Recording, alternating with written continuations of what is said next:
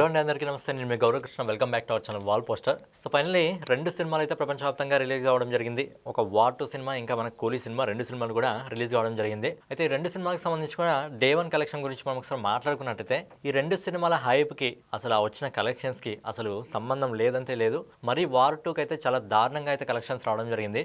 War 2 సినిమాకి సంబంధించి ఏదైతే అనౌన్స్మెంట్ చేయడం జరిగిందో, తర్వాత టీజర్ రావడం జరిగిందో, ట్రైలర్ రావడం జరిగిందో, ఈ సినిమాకి సంబంధించిన హైప్ అనేది మంచిగా పెరిగింది. సినిమా ఈజీగా ఒక 200 కోట్ల వరకు మొదటి రోజు వసూలు చేయగలదా అని చెప్పి చాలా మంది అనుకోవడం జరిగింది. చాలా మంది క్రిటిక్స్ కూడా చెప్పడం జరిగింది ఈజీగా 200 కోట్ల వరకు వసూలు చేస్తుంది, మహా లేదన్నా 180 కోట్లు 170 కోట్లు ఈజీగా కలెక్ట్ చేస్తుందని చెప్పడం జరిగింది. కానీ ఆ సినిమా కలెక్షన్ చూస్తే నిజంగా అసలు ఎంత దారుణంగా ఉన్నాయంటే 100 కోట్లను కూడా వసూలు చేయలేదు సినిమా. కూలీ సినిమా కొద్దిగా బెటర్ అనుకోండి, కూలీ సినిమా కనీసం ఒక 150 కోట్ల వరకు వెళ్తుంది. కానీ వార్ 2 సినిమా అయితే మరీ అంటే మరీ దారుణంగా ఉంది. ఒకసారి ఈ వార్ 2 సినిమాకి సంబంధించి మనం ఒకసారి డే 1 కలెక్షన్ గురించి మాట్లాడుకున్నట్టయితే ఈ సినిమా ఏదైతే హిందీ సినిమా, బాలీవుడ్ డైరెక్టర్ బాలీవుడ్ నుంచి పూర్తిగా రావడం జరిగింది. ఓన్లీ అక్కడ మన తెలుగు నార్త్ నుంచి కలెక్షన్స్ రావాలి కాబట్టి ఎన్టీఆర్ గారిని తీసుకెళ్లి ఆ సినిమాలో పెట్టినట్టే ఉంది. సో ఏంటంటే ఈ సినిమా మొదటి రోజు హిందీ మార్కెట్ నుంచి 29 కోట్ల రూపాయలను వసూలు చేసింది. ఇది వైఆర్ఎఫ్ సిరీస్ నుంచి 29 కోట్ల రూపాయలు. బేసిక్గా ఇదే వైఆర్ఎఫ్ సిరీస్ నుంచి వచ్చినాయి. 2012లో సల్మాన్ ఖాన్ నటించిన ఏక్తా టైగర్ అప్పట్లోనే ఆ సినిమా మొదటి రోజు 33 కోట్లకు పైగా వసూలు చేసింది 2012లో. ఇది 2025. అయినప్పటికీ ఈ సినిమాలో ఇద్దరు హీరోస్ ఉన్నారు. మళ్ళీ ఒకటి సౌత్ నుంచి, ఒకటి నార్త్ నుంచి. ఇద్దరు హీరోలు ఉన్నప్పటికీ హిందీలో కేవలం 29 కోట్ల రూపాయలు వసూలు చేసింది సినిమా. నెక్స్ట్ తమిళ మార్కెట్లో అంటే కేవలం 25 లక్షల రూపాయలు వసూలు చేసింది. అక్కడ రజనీకాంత్ గారి సినిమా ఉంది కాబట్టి అక్కడ వదిలేసేయండి. అక్కడ పెద్దగా రజనీకాంత్ గారి స్టామినా నడుస్తుంది కాబట్టి వేరే సినిమాలు ఆపోజిట్లో ఏ సినిమా ఉన్నా ఆడదు. అక్కడ నుంచి తమిళ మార్కెట్ నుంచి ఒక 25 లక్షల రూపాయలు వసూలు చేస్తుంది. కానీ మన తెలుగు మార్కెట్ గురించి మాట్లాడుకున్నట్టయితే తెలుగు మార్కెట్ నుంచి ఈ సినిమా దాదాపు 23 కోట్ల 25 లక్షల రూపాయలు వసూలు చేస్తుంది. ఇది బేసిక్గా ఇక్కడ మన తెలుగు నుంచి మ్యాన్ ఆఫ్ మాసెస్ అని పిలుచుకునే ఎన్టీఆర్ గారు ఉన్నారు. సో ఎన్టీఆర్ గారు ప్రీవియస్ మూవీస్కి ఈ మూవీస్ కంపేర్ చేస్తే అంటే ఆడియన్స్ కూడా ఫిక్స్ అయిపోయినట్టు ఇది మన సినిమా కాదు బాలీవుడ్ సినిమానే. అంటే అదేదో మనకు లాంచ్లో ఆడియో లాంచ్లో మనకు ప్రీ రిలీజ్ ఈవెంట్లో నాగవంశీ చెప్పిండు ఇది బాలీవుడ్ సినిమా కాదు మన తెలుగు సినిమా అని. కానీ ప్రేక్షకులు మాత్రం యాక్సెప్ట్ చేయలేదు. ఖచ్చితంగా ఇది బాలీవుడ్ సినిమానే అన్నట్టు అనుకున్నారేమో. అందుకే మరి ఎన్టీఆర్ ఫ్యాన్స్ కూడా ఈ సినిమాని యాక్సెప్ట్ చేయలేకపోయారా అన్నట్టు అనిపిస్తుంది. ఎందుకంటే Devara cinema day 1 only Telugu net collection almost 70 కోట్ల వరకు వసూలు చేయడం జరిగింది. దేవరా సినిమా ఓన్లీ తెలుగులోనే నెట్ 70 కోట్ల వరకు వసూలు చేస్తుందంటే మరి ఇందులో కూడా ఎన్టీఆర్ గారు ఉన్నారు కదా. మరి 70 కోట్లలో కనీసం 35 కోట్లన్నా వసూలు చేయాలి కదా. కానీ 35 కోట్లను కూడా వసూలు చేయలేదు మొదటి రోజు. అంటే మరి ఎన్టీఆర్ గారి ఫ్యాన్స్ కూడా దీన్ని యాక్సెప్ట్ చేయలేదా ఏంటా అని చూడాలి. ఎందుకంటే కేవలం తెలుగులో 23 కోట్ల రూపాయలని వసూలు చేస్తుంది. సో ఏంటంటే ఫైనల్గా అన్ని లాంగ్వేజ్లో కలుపుకొని ఈ సినిమా ఇండియా నెట్ కలెక్షన్ వచ్చేసి మనకు వచ్చిన రిపోర్ట్ ప్రకారం దాదాపు 52 కోట్ల వరకు, 52 నుంచి 55 కోట్ల వరకు వసూలు చేస్తుంది.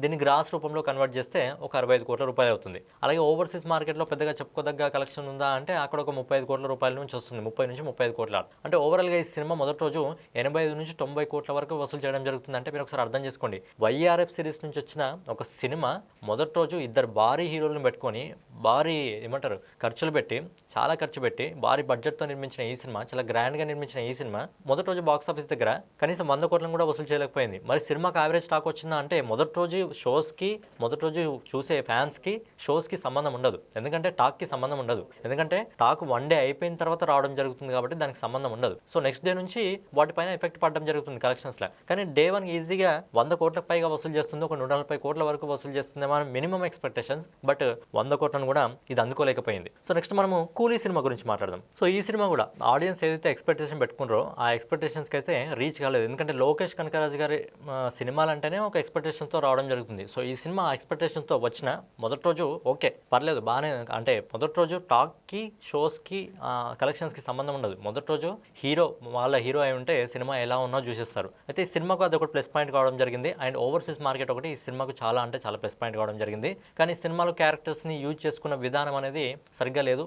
మన తెలుగు నుంచి నాగార్జున గారిని తీసుకోవడం జరిగింది, అలాగే హిందీ నుంచి అమీర్ ఖాన్ గారిని తీసుకోవడం జరిగింది. కానీ వీళ్ళిద్దరికి అంతగా స్కోప్ లేదు. విలనిజం అనేది కరెక్ట్గా నాగార్జున గారిని చూపించలేదు. అలాగే అమీర్ ఖాన్ గారిని అసలు ఎందుకు పెట్టారో అన్నట్టు అనిపించింది సింపుల్గా చెప్పాలంటే. అండ్ ఈ సినిమాలో రజనీకాంత్ గారి కంటే కూడా ఎక్కువగా ఏంటంటే శోభిన్ ఎవరైతే మలయాళం మార్కెట్ని తీసుకోవడం జరిగిందో ఆయన మాత్రమే ఈ సినిమాలో 1 మ్యాన్ షోగా చేయడం జరిగింది. ఆయన ఉండడం వల్ల సినిమా ఇంకొంచెం ముందుకెళ్ళిందా అనిపిస్తుంది. అలాగే అనిరుద్ధ్ ఏదైతే ఉన్నాడో అనిరుద్ధ్ మ్యూజిక్ వల్ల సినిమా కొంచెం ముందుకైతే వెళ్ళడం జరుగుతుంది. సో రెండు సినిమాలకు కూడా ఎవరు ఒప్పుకున్నా ఒప్పుకోపోయినా రెండు సినిమాలు కూడా యావరేజ్ స్టాక్తో అయితే ముందుకెళ్ళడం జరుగుతుంది. మరి కూలీ సినిమాకి సంబంధించిన కలెక్షన్ గురించి మనం ఒకసారి మాట్లాడుకున్నట్లయితే ఈ సినిమా తమిళ మార్కెట్ నుంచి ఒక 35 కోట్ల వరకు వసూలు చేస్తుంది. మన తెలుగు మార్కెట్లో ఒక 16 కోట్ల వరకు వసూలు చేస్తుంది. ఇక మిగతా మార్కెట్లో ఒక 20 కోట్లు వసూలు చేస్తుంది. ఈ సినిమా నెట్ కలెక్షన్ వచ్చేసి మన ఇండియాలో 65 కోట్లను చేరుకుంటుంది. అలాగే ఈ 65 కోట్లు అంటే గ్రాస్ కలెక్షన్ వచ్చేసి ఒక 75 కోట్లు 80 కోట్ల వరకు రావడం జరుగుతుంది. అండ్ ఈ సినిమా ఓవర్సీస్ మార్కెట్లో కొంచెం ప్లస్ పాయింట్ కావడం వల్ల అండ్ ఓవర్సీస్ మార్కెట్ నుంచి ఈ సినిమా ఏదైతే ఉందో అక్కడ నుంచి మంచి టాక్ కూడా రావడం జరిగింది, మంచి పాజిటివ్ టాక్ కూడా రావడం జరిగింది. అక్కడ ఆల్మోస్ట్ 80 కోట్ల వరకేమో ఓవర్సీస్ మార్కెట్లో వసూలు చేసింది. సో ఓవరాల్గా ఈ సినిమా మొదటి రోజు 140 నుంచి 150 కోట్లు వసూలు చేస్తుంది. ఓకే, అంటే లోకేష్ కనకరాజుకి మీ ఇంతకుముందు లియో మూవీ దాదాపు 150 కోట్ల వరకు చేరింది. ఈ సినిమా కూడా 140 కోట్ల వరకు వస్తుంది. అండ్ ఈ సినిమాలు 2 సినిమాలు కూడా ఇక్కడ వాటు కానివ్వండి కూలీ కానివ్వండి 2 సినిమాలు కూడా ఏం కలెక్ట్ చేసినా ఇప్పుడు హాలిడేస్ ఉన్నాయి కాబట్టి లైన్గా 4 వీకెండ్స్ రావడం జరిగింది కాబట్టి 4 రోజులు వీకెండ్ రావడం జరిగింది కాబట్టి నిన్న ఈ రోజు రేపు తర్వాత సండే ఏం నడిచినా ఈ 4 రోజులే నడుస్తుంది. నాకు తెలిసి ఆ తర్వాత బాక్స్ ఆఫీస్ కలెక్షన్ అనేది పూర్తిగా తగ్గిపోయే అవకాశం ఉంది. తర్వాత ఏంటంటే ఒకవేళ కలెక్షన్స్ తగ్గితే ఏం చేస్తారు, తిరిగి ఈ 2 సినిమాలని పక్కన పెట్టి తిరిగి ఏదైతే మహావతార్ నరసింహ సినిమా మొన్నటి వరకు రావడం జరిగిందో ఆ సినిమాని తీసి మళ్ళీ థియేటర్లో వేసి దాన్ని నడిపించడం జరుగుతుంది. సెప్టెంబర్ 5 వరకు మెల్లగా తన్నుకుంటూ ఇలా మెల్లగా వెళ్ళిపోవడం జరుగుతుంది. సెప్టెంబర్ 5 తర్వాత తిరిగి చాలా సినిమాలు ఉన్నాయి కాబట్టి అప్పటి వరకు అయితే సినిమాల కలెక్షన్స్ ఎంతవరకు వస్తాయో తెలియదు. కానీ హోప్ ఈ 2 సినిమాలు కూడా ఒక 500 కోట్ల వరకు వసూలు చేయాలని చెప్పి కోరుకుందాం. సో ఫైనల్గా ఇదన్నమాట వీడియో మీకు నచ్చినట్లయితే ఖచ్చితంగా లైక్ చేసి కామెంట్ చేసి సబ్స్క్రైబ్ చేసుకొని బెల్ ఐకాన్ అయితే ఆన్లో పెట్టుకోండి. జై హింద్.